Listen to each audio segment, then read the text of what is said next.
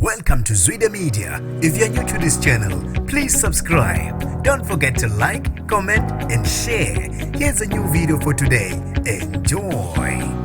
Engahle bonakale emidlalweni Imbewu the Seed umculi kaMaskandi ongaconze phansi uKhuzani Mpungose kanti ke elinye lamaphephandaba liveze loludaba ke lasho ukuthi ke uKhuzani Mpungose uqokiwe ukuthi ke abe yingxenye yomdlalo Imbewu the Seed edlala ngomsombuluko kuya kulesihlanu njalo ngo9:30 ebusuku. Sanibonani nginibingelele ngiphinde nginamukele kuzo zonke izindawo kuphi na kuphi la nibola khona le video kanti ke mangokuqala usijonele likhasi igama lami ngusibonga konke wakandwande mawuthanda ke ungangibiza intatheli ka YouTube ngicela usubscribe uphinde ucindezele nebell khona uYouTube angeka kuvalele ngaphandle ngaso sonke isikhathi mangifaka esematheni kanye nehamba phambili. uKhuzani Mpungose ke ungomunye wabaculi abathe baqokwa lapha kuImbewu the Seed ukuthi ke ayolingisa khona bathi ke bamqoke njengoba bemethemba ukuthi ke yena umculi kaMaskandi ohamba phambili ngokomculo owesintu kungakho ke bethe mabamthathe ezovela lapha emidlalweni weMbewu. So khumbula ukuthi ke uqoshwa kweMbewu kwekwaphazamiseka ke njengoba ke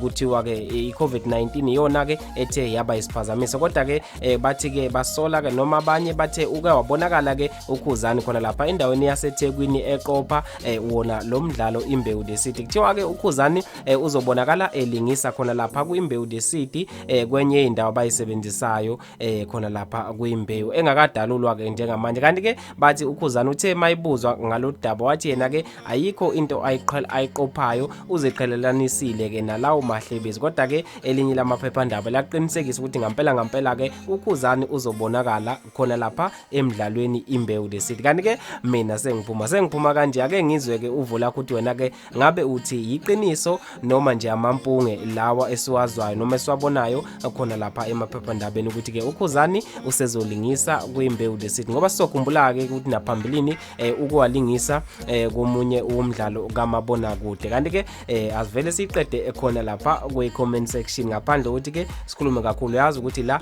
asimoshi isikhathi.